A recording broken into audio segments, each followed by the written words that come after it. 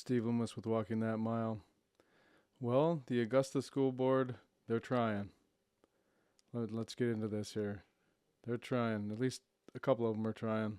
Number 19, board member comment in our discussion on non-agenda items. Mr. Orr? Yes, Madam Chair.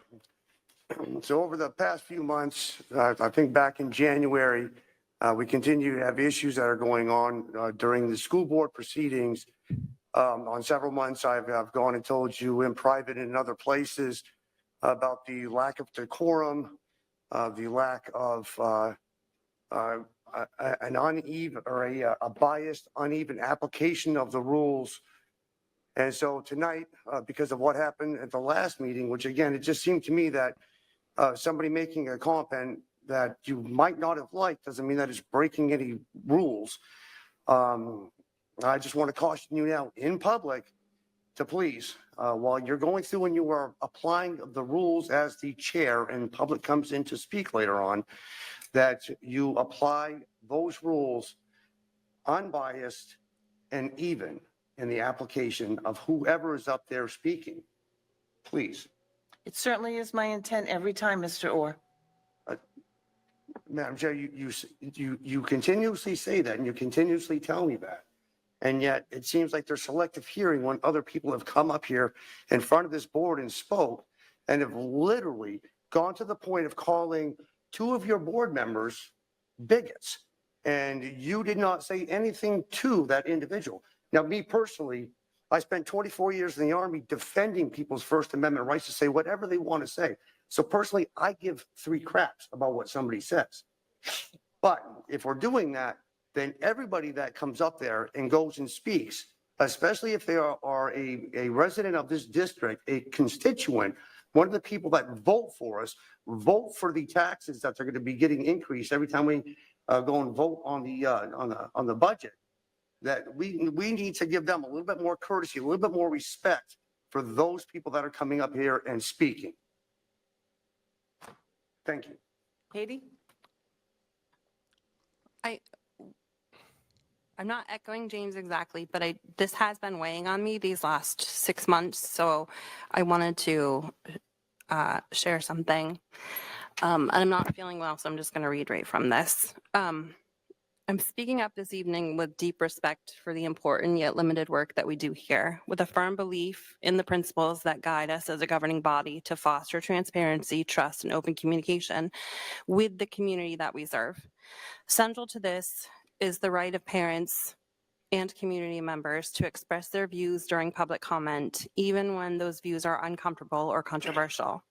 I'm not here to attack anyone, but to uphold the core values that make our school board a true representative of the Augusta community: transparency, respect, and the fundamental right for every citizen and parent to have their voice heard without fear, even when that voice challenges us. The mission of the Augusta School Department is to provide all students with challenging, high-quality educational programs in academic skills, life skills, career preparation, and citizenship. Citizenship, by definition, includes civic engagement, and civic engagement means listening to our community members, even when their comments are uncomfortable. The board's official vision further calls on us to value open, transparent, and mutually respectful communication, including active listening to promote positive collaboration between staff, students, parents, and community. It also says we're to create a safe and secure school community while fostering a culture of acceptance and support for all. Unfortunately, and despite these commitments, there have been repeated instances over the last 6 months where authority was overstepped, restricting speech during public comment based on subjective judgments about the content of the comments, oftentimes before the speaker even has a chance to make their point out loud. In January, with a sweep of a hand, like someone gesturing a waitress to order more breadsticks at Olive Garden, law enforcement was called over to arrest a parent at the podium for exceeding their allotted time during public comment. While time limits are a necessary tool to ensure orderly meetings, involving law enforcement to enforce such limits is an extreme and disproportionate response. This action has not only caused distress within our community, but has also created a chilling effect on public participation, discouraging parents from exercising their rights. This was not a security issue nor a threat to public order. It was an overreach of authority that has undermined public trust and contradicted the values that this board has pledged to uphold. The core beliefs of the Augusta School Department further remind us that communication among students, parents, teachers, and community promotes positive change, and schools must provide the safe environment where civility is practiced and individuality respected. We cannot practice civility if we use law enforcement to silence passionate but peaceful voices in our community, and we cannot claim to honor individuality while censoring the perspectives of parents who come to speak to this board. We recognize the importance of maintaining decorum and efficient use of meeting time. However, it must be balanced with protecting free speech rights guaranteed in the Constitution of the United States, the state of Maine, under our policies and open meetings laws. By silencing voices and escalating enforcement to the point of arrest, we've undermined public trust and the foundational principles of democratic engagement. Thank you. Further comments? Hearing none? All right, so here we go. Public comment, and Muffy's got to do her piece. In here. order to make this agenda item more productive, I'm going to share a little background information on public comment at school board meetings. The Maine legislature passed a law that states that school boards provide an opportunity to comment on school and educational matters. There's actually 20-A MRSA subsection 1001. They further states that nothing in this section restricts the school board from establishing reasonable standards for the public comment period, including time limits and conduct standards. At the beginning of this agenda item, I provide a brief review of the Augusta Board of Education policy BEDH. So this is what she just read. School board meeting public comment period, and I'll just read it. School board shall provide the opportunity for the public to comment on school board and education matters at a school board meeting. Nothing in this subsection restricts the school board from establishing reasonable standards for public comment period, including time limits and conduct standards. For purposes of this subsection, school board meetings mean a full meeting of the school board, and it does not include subcommittees and meetings. So the problem that they are getting hung up on is right here, from my opinion. Okay? Conduct standards.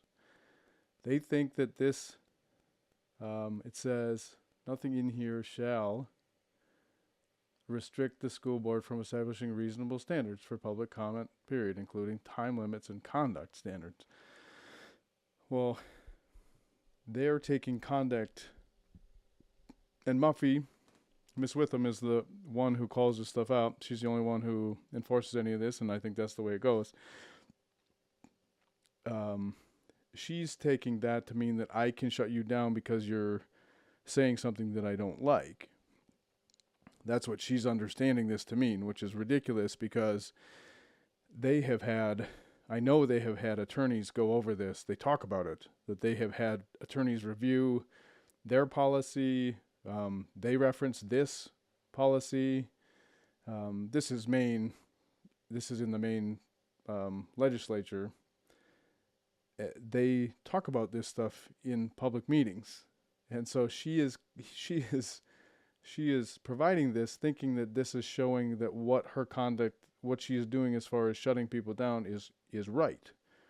See, I can limit somebody's time, and we can provide reasonable standards for conduct. Okay, but that she's wrong. She's absolutely wrong. And I'll go so far as to think that, to believe that they won't stop until they get sued. Somebody's going to have to sue them to get this, to have a judge look at this and stop this from continuing to happen, because not only is the policy that they have inappropriate, illegal, the standards in that policy are so vague that you know, it's things like, what's the thing that she tells Nick, disparaging remarks. She uses the term disparaging remarks all the time. Just that's her go-to whenever she wants to shut somebody down. She uses that. So this doesn't limit your freedom of speech. This doesn't trump the First Amendment. And Ms. Muffy absolutely thinks that it does. Well, let's just finish this. I'm hoping that by sharing the laws and policy the school board is obligated to follow, you will understand why we have and are required to follow policy BEDH. And as I usually start, I will review policy BEDH. Though board meetings are not public forums, the board will provide appropriate opportunities at its meetings for members of the public to express opinions and concerns related to the matters concerning education and the Augusta Board of Education schools. Members of the public may speak on any subject directly related to the operations of the schools, except for personal matters or complaints concerning specific employees or students, which shall be addressed through the established policies and procedures. Members of the public may address the board within the guideline provided in this policy. The chair shall be responsible for maintaining proper order and compliance with these guidelines. Those addressing the board need to state their name and address for the record. The chair may limit the time allotted for comment to a particular topic as well as the time each individual may speak. Tonight, the time limit will be 3 minutes. Speakers are not permitted to share gossip, make defamatory statements, or use abusive or vulgar language. And it's been asked in the past that I define exactly what this means. Great. And in looking in Merriam-Webster Dictionary, a defamatory statement is one that can injure one's reputation. And looking at abusive language is language that is harmful or offensive to a person. Could that be more No vague? complaints or allegations No will be complaints. allowed at a board meeting concerning any person employed by the school system or against particular students. Instead, there are other policies and procedures that address these kinds of concerns. The chair has the authority to stop any presentations that violate these guidelines or the privacy of others. Persons who disrupt the meeting may be asked to leave, and the chair may request law enforcement assistance as necessary to restore order. This is the policy BEDH that I share with you before we start. So that whole policy is Audience illegal. recognition on non-agenda items. With that said, there will be a 3-minute limit, and we'll have the rules that we have every time. And with that, Jane McGuire-Tice is on the first person here. So Jane, if you'd like to approach. So Nick's going to be the first one to actually speak. Next person is Nick Blanchard. And before you speak, Mr. Blanchard, I just want to address that. Yep, certainly. This isn't your time. This doesn't affect your time. Yep. This will be your 7th appearance before the board. And I've been shut down every time. I'm going to ask that you let me do this, please. Yep. If you'll be respectful to me, I promise I'll be respectful to you as well. That'll be a first, but okay. We have That's heard true. and That would understood be your first. concerns regarding transgender policies as they relate to our schools. We have heard you. We've also shared with you that the board is obligated to follow both state laws and our policies, but we did hear your concerns. We have also heard your concerns regarding your perception that your First Amendment rights have been violated. I hope that the previous review that I did will help you understand that we are required to follow both law and policy regarding the opportunity for public comment. So in following those guidelines, I ask you to confine your comments to education and the Augusta schools as required by both the legislative law and policy That's not true. BEDH. She's I don't mean for so any off. of this to take your time. We'll begin your time, Can I And say you- something before my time and starts? you will have our respectful attention. Can I say something before my time starts? You may do your time, which starts Well, for now. one, your policy doesn't overrule my constitution. Okay. good point, So Nick. let's just say that. That's Dear absolutely true. Augusta School Board, particularly you, Miss Muffy, I address this board to remind you that we live in the United States of America, a nation founded on principles of liberty and freedom of expression, not a regime that suppresses the opposition. Your persistent efforts to restrict public comment to only those who align with your agenda portray the Constitution principles that we just celebrated this 4th of July. Your policy is used as a shield to silence parents like me. It is not constitutional, and the First Amendment is not a suggestion. It is the supreme law of this land, and it prohibits any attempt by this board to censor free speech, which is what you guys have been doing. Month after month, this board demonstrates a troubling pattern of shutting down parents, particularly me, that oppose your position. My emails have gone unanswered by you 2 months.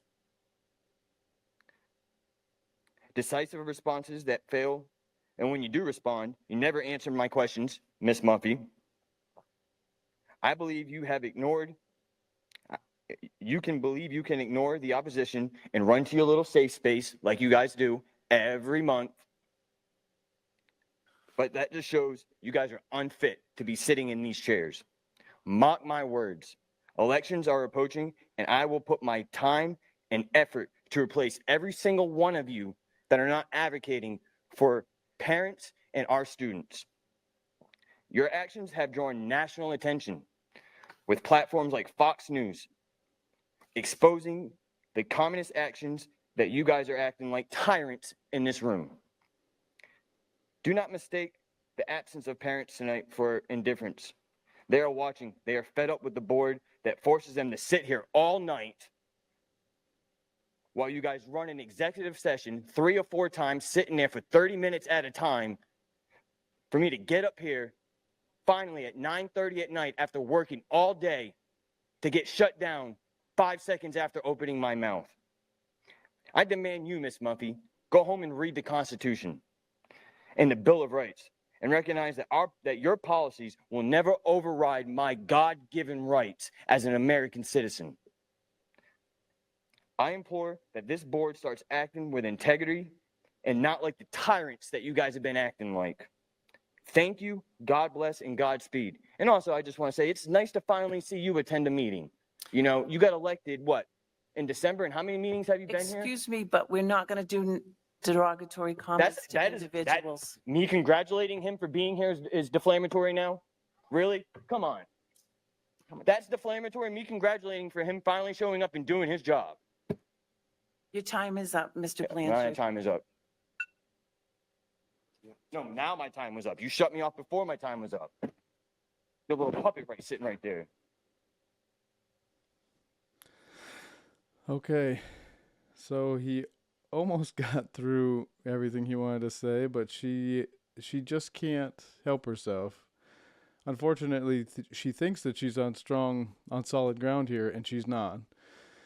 And I guess unfortunately for the constituents, the citizens of Augusta, the parents whose kids go to Augusta schools, they're going to have to sue. We're a litigious society. That's how we get things done. There's nothing else that is going to change this. The superintendent is there every night when Nick gets shut down. The superintendent doesn't help anything. He actually talks with them about how to revise the policy, BEDH. Let me see if I can pull that up now. Okay, so here is the board meeting, what's it, policy committee or something they call it? So they're going to go over BEDH, the public comment part, and I just really, there's some highlights in here that I really want to get, because again, they just don't understand. Even James, who is like, let him talk, as far as his opinion on the policy itself, they don't understand that the policy itself is also bad. So, Madam Chair, may I just? Of course. Okay, so BEDH is the public participation policy, which you folks have been analyzing for a couple of months. We had an attorney come up. He gave you a marked up version. That's the Brand Isaacson sample. I just want a clarifying question before we start. What are we trying to fix with this policy? Can we share that globally so we all know what our goal is? What are we trying to do? okay, so here, this basically starts it. So the superintendent brings out a revised version that for them to look over and see if they want to adopt or approve. And then Ms. McCormick is like, well, if we're talking about this, let's clarify what the heck how are we trying to fix this? What are we trying to do to make this better? And then I don't know this woman's name. I should. This woman, she is way over here. Red hair. She's way on the end on the board. She's all the way at a board meeting. She's all the way to the left as you're looking at the board. So she starts talking about some stuff. I want you to listen to it, and then I'll comment. This where language is coming from, where do we kind of have more clarity around what's one person's interpretation of a what's the word I'm trying to think of? Language being gregarious to a group of people, and other people don't feel like that is obscene or vulgar, that there's a better way for not only the public to be able to participate, but also we're clear on what people can come and speak about and what they cannot come and speak about. So I think this policy is the goal is to make sure that we know what's, people, they come and they know what they can talk about and what they can't. Because I think it's still very, it's the vagueness of MSMA doesn't really speak to it. We can say it, but what do we have behind us to say how can we stop this? How can we continue this? And how can we end it if it gets worse? So she's talking about vagueness of the descriptions of things like disparaging comments. Okay. And again, this makes me think that they're not going to get this. They're not going to figure this out on their own. They're going to need a judge to tell them that their policy is bad. Even if they tweak this thing, I think it's going to be bad. So she's talking about let's define what disparaging comments are. Let's make it really specific so that everybody knows what they can come and talk about and what they can't come and talk about, okay? What she just said there, just that part, is a problem because they can come in front of you and talk about anything that they want. They can come and talk to you about anything as far as your policies, as far as as staff, anything that they want to talk about as far as sports or art or music or classrooms or how terrible students are doing on test scores and why aren't the teachers doing better. At every meeting, they can come forward because that's their viewpoint. So you can't shut down somebody's viewpoint.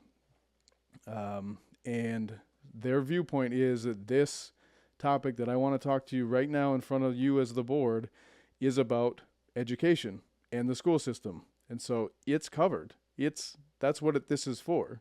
And so disparaging comments out the door. They can say whatever they want. Okay? It doesn't prevent, even though you put it in your policy. Nick Blanchard in the last meeting says your policy doesn't trump my First Amendment rights, and he's right. But somebody's going to have to sue. Somebody's going to have to step up and sue. Find an organization that will actually sue the school district and sue the school board because they're not going to get it. And I don't think they want to get it. They want to have this power. You can see them. They're squirming here.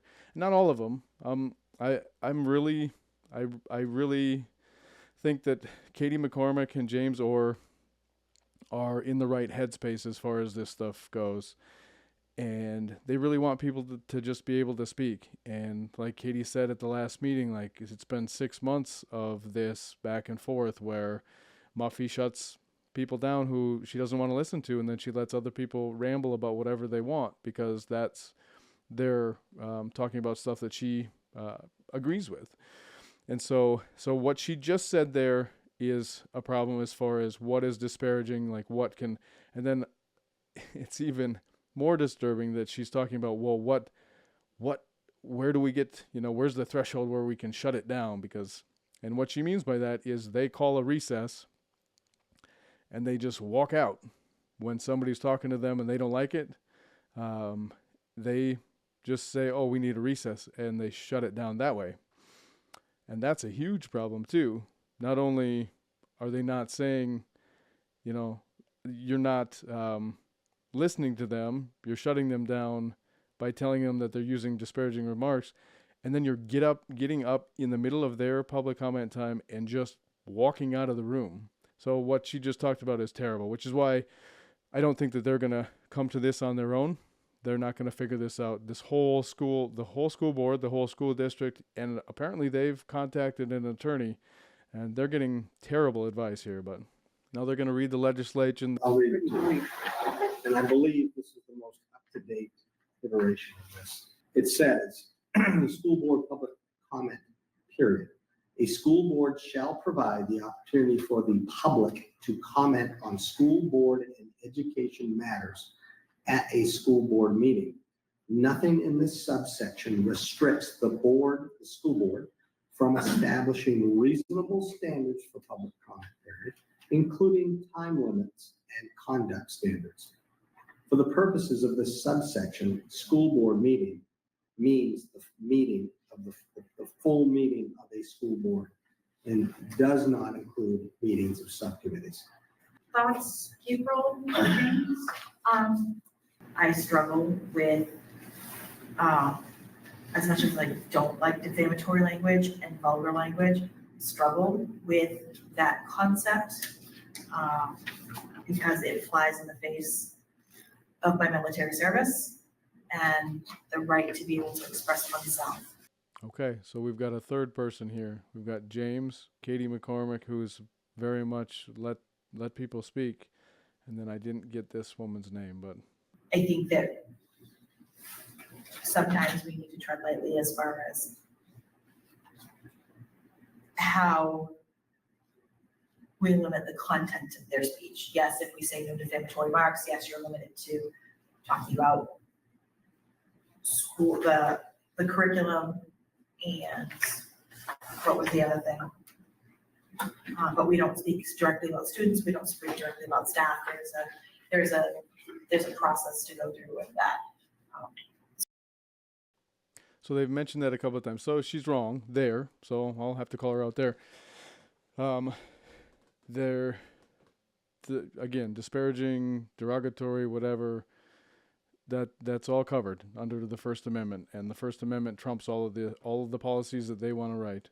And then she talks about don't talk directly about teacher or staff or students. There's a channel. There's a channel to go when you want to make a complaint. There's a channel. Again, that's shutting them down, right? And maybe from the outside looking in, it's just like, oh, that's just their procedure. That streamlines thing, that makes it better. No, it doesn't. What it does is it stops you from saying the terrible things that you want to say about teachers, staff, the board, in public, in this public forum. It shuts that down because that's where you want to say it. You want to say it to the public and let the public know the issues that you're having. And they don't want you to do that because they want the control of, if you have an issue with us or staff, there's a formal way of doing that is not at the board meeting. And so she is wrong about that part. You get to say whatever you want about staff. I understand that it's sensitive. You shouldn't be calling out a juvenile, for example, if it's a student that you're having issues with who's underage. That's problematic, but I think you're still covered. We can change anything or everything on this policy, but at the end of the day, there is only one person that is responsible for the professional conduct and how the board proceedings are done. And when there is a biased and uneven application of the rules, it doesn't matter what we have in writing, because people are going to do what they're going to do. And that to me is ultimately what the issue actually is. I understand the comment that happened at our meeting last month about having to wait. We were all there. We all work. We all have to be there till 9:30. So that didn't really speak to me as a way to change it to accommodate a schedule. To me, it makes more sense to have it at the end. Exactly. See, it's about me. It's not about you or my constituents who I'm supposed to be here for. It's about me. I had to be there till 9:30. Well, so why wouldn't I make all of you be there until 9:30? What a terrible frame of mind to be in. That's not service. That's I have to be there. So, and they're going to talk about decorum and like when people get loud and boisterous in their public comments, and then everybody gets all ruffled, all riled up, and especially when they call a recess or whatever they call it, to run out of the room.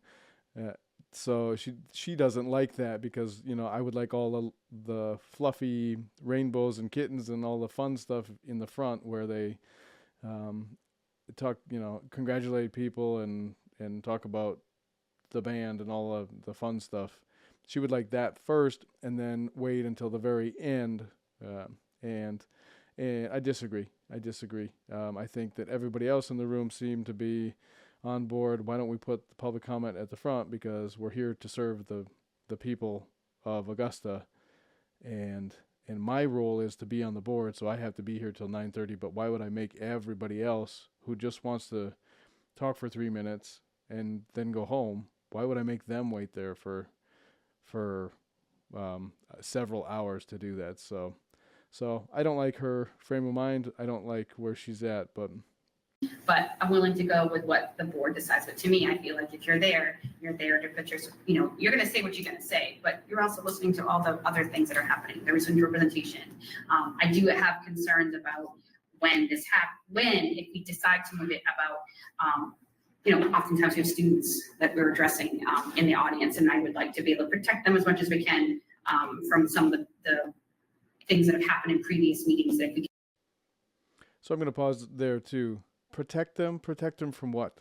Protect them from somebody getting loud and saying their piece? Like, I've watched 7 months of their meetings. There's no threats. There's a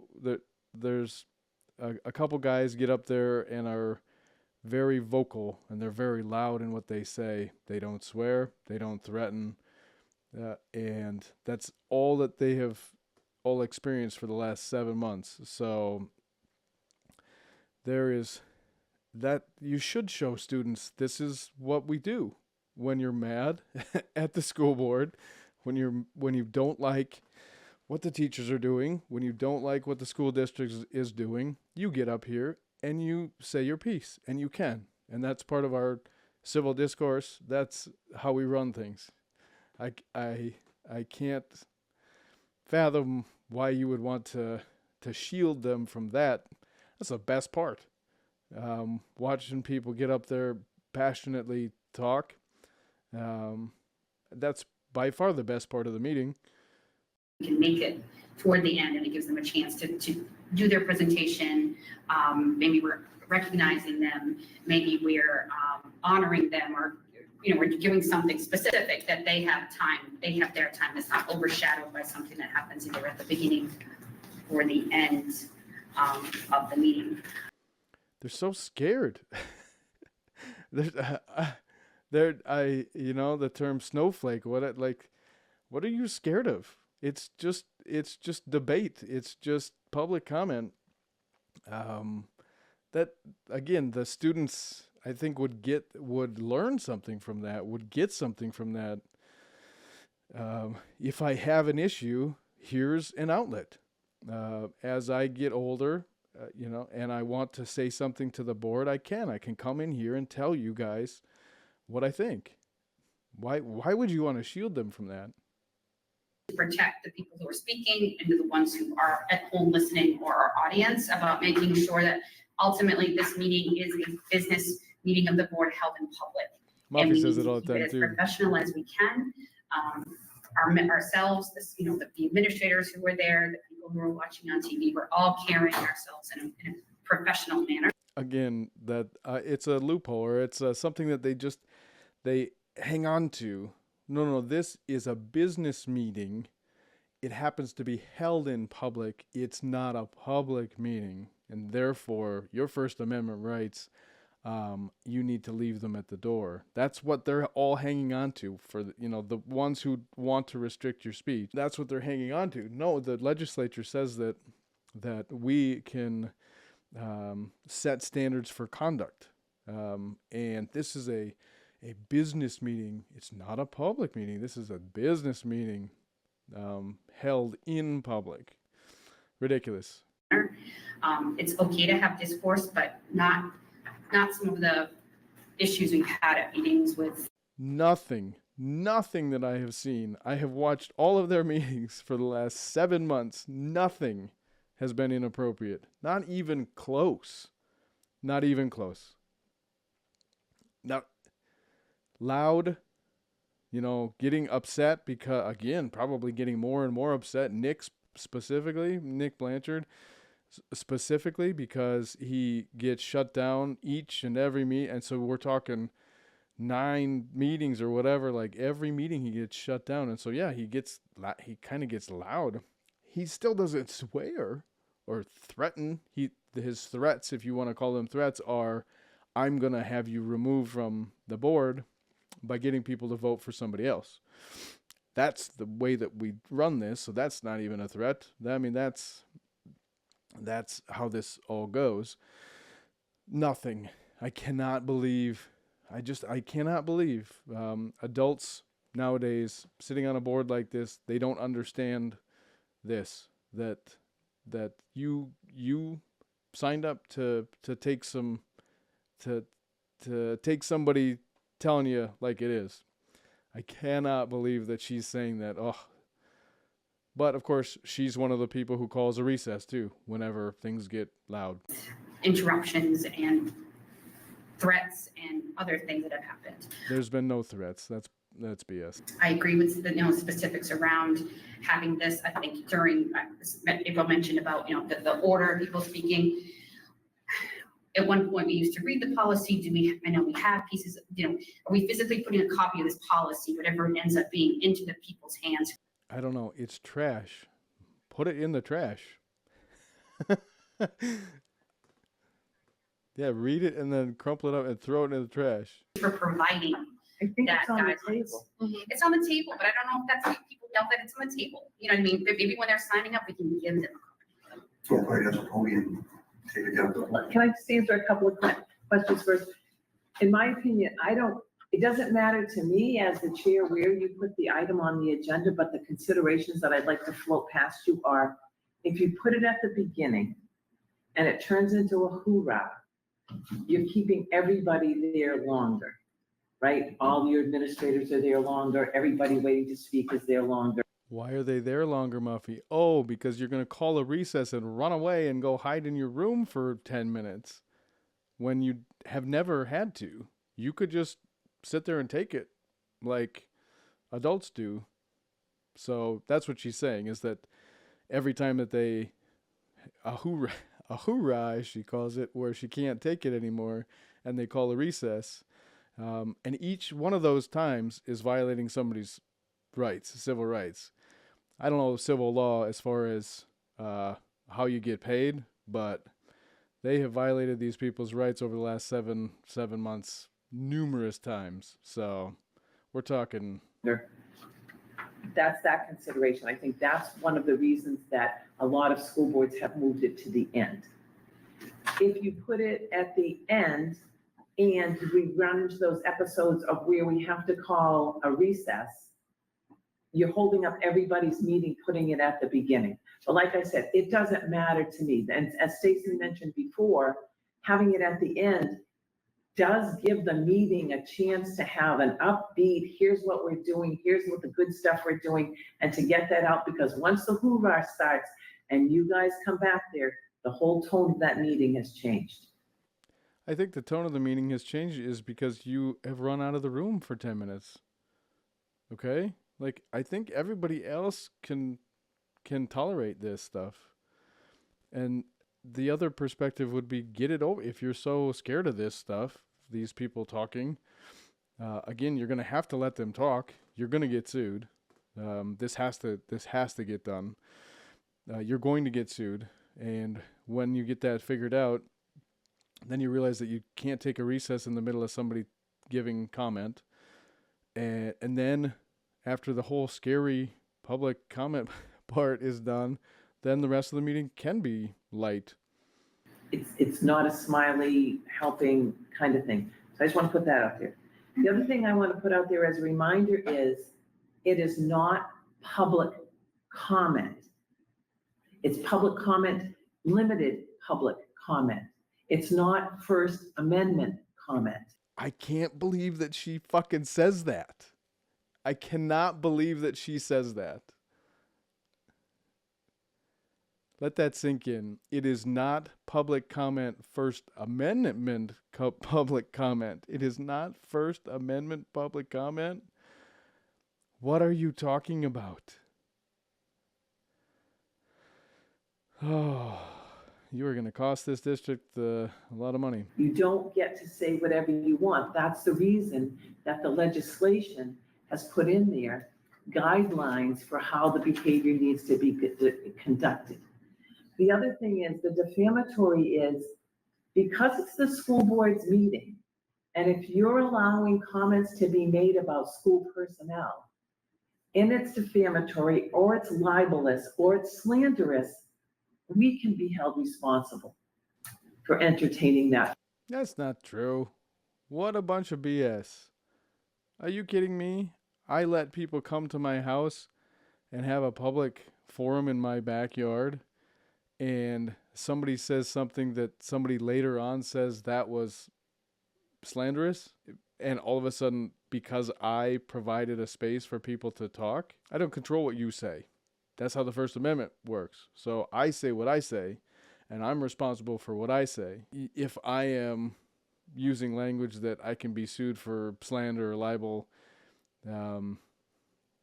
that is on me. That is not on them. That's BS. Again, this is a scapegoat. This is an excuse to try and get out of this. See, I can't. How are you on the board supposed to know what somebody says at any one time, if it's true or not? People can say things about somebody else. You don't know everybody's business. I'm sure you would love to. You don't know everybody's business everywhere. How would you know whether something is true or not? That's a ridiculous claim. Where does she get this? She doesn't provide any sort of documentation. This is just, again, this is an excuse for me to continue to behave the way that I have been behaving. And I'm on a power my trip. personal I point of like view the is, fact that I I can would continue like to to shut have people down. as many people Yes, I mean, I get a speak little bit of with civil pushback and stuff, but discourse nobody as has we can. come at me with anything else. They're going to come at you with attorneys at some point. That's how this goes. Like I haven't hired an attorney, but somebody is going to have to do that at some point, because you guys aren't going to get the message. You're going to continue doing this. You're going to continue violating people's rights. And somebody's going to have to come at you with an attorney and sue you. So, and as far as talking about lawsuits, I have, I don't know if I'll add it to this video or my next video, I will show you a school board that was in the area there, very close, a state very close, that recently had very similar conduct, and they got sued for hundreds of thousands of dollars, and then they had to settle because they realized that they were going to lose the lawsuit and the price was going to just go up from that. And it was the same conduct that we're talking about here, but somebody had to bring a lawsuit. And that's what's going to happen here. These people are not going to figure this out, even though you have board members who are on the right track, and hearts are in the right places as far as freedom of speech. You're not gonna stop. I mean, this one, we have to stop this one, and you're not going to. You're not going to until you sue, and so you're gonna have to cost that school district several $100,000, probably, and if they fight it, several $1 million probably in lawsuits. Because I really, truly do believe that constructive public comment is important to the job that we do. But what do you do when the comments are no longer constructive and are not serving the purpose to improve education in the Augusta schools? Again, these comments are ridiculous. They're no longer constructive. Constructive to who? It's a public comment. I get to say what I want to say. Okay? It doesn't matter if you on the board think that that was constructive or not, whatever I said. They also, in one of their statements that they talk about, is like they don't want to hear the message repeated. So like if 10 people want to come up and say basically the same thing, they're like, well, we want to hear your message, but then the rest of you can go away because I've already heard your message. And that's not what this is about. This is about me being able to get up in front of you and tell you how I feel. There's a case that I just looked up that happened a couple years ago, over COVID, just after COVID, I think. People were still in masks, where very similar conduct. Parents got up. It was about DEI, of course, same type of stuff that I think sparked this off. It was DEI. It wasn't transgender, or maybe it was all mixed up there at that school board too. But a number of parents came up, and the DEI, the whatever policy, they renamed it the way that they thought, it fit in their head, the way that they thought about it. And even just something like that, they got shut down by a member of the board who said, no, that's not the name of the policy. Use the right name of the policy, whatever. And you're done. I'll play that video in my next video.